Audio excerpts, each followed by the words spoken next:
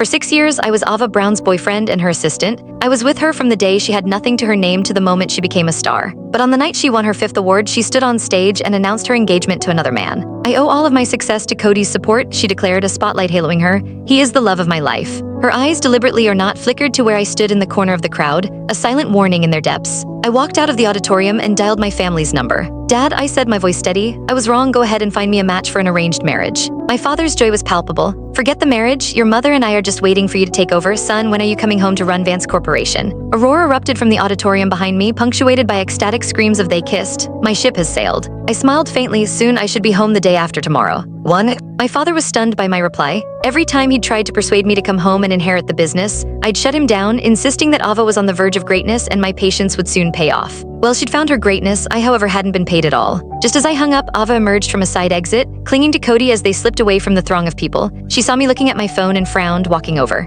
At that moment, a text from my father came through. "To celebrate you getting your head on straight, I'm buying you a watch. Pick one." He'd sent photos from several elite brands. Every single one was a 7-figure timepiece. Before I could reply, the phone was snatched from my hand. I looked up. Ava was smiling. "Well, you're catching on. I was just about to buy Cody a diamond watch." She pointed to one of the photos. "This one, I'll take this one for Cody." Cody leaned down and kissed her cheek. "Thanks, Ava." Then he turned to me with a saccharine smile. "Thanks for taking care of Ava all these years, Leo, but you don't have to trouble yourself anymore. You can leave her to me now." With that, he and Ava walked towards the media scrum that had chased them out. I watched them go, a sharp pain twisting in my chest. As I was leaving, a message from Ava popped up, "Paparazzi at the back entrance. Be careful when you leave, and remember not to say anything you shouldn't. I don't want Cody to be harassed." I texted back, "I don't have the car keys." Her reply came half an hour later, "I'm taking Cody for a drive." "What do you need keys for? Figure out a way to distract the paparazzi yourself. No excuses for being lazy." I gave a bitter laugh and headed out anyway. The news of her engagement was explosive enough that most of the seasoned paparazzi had already snuck into the main hall.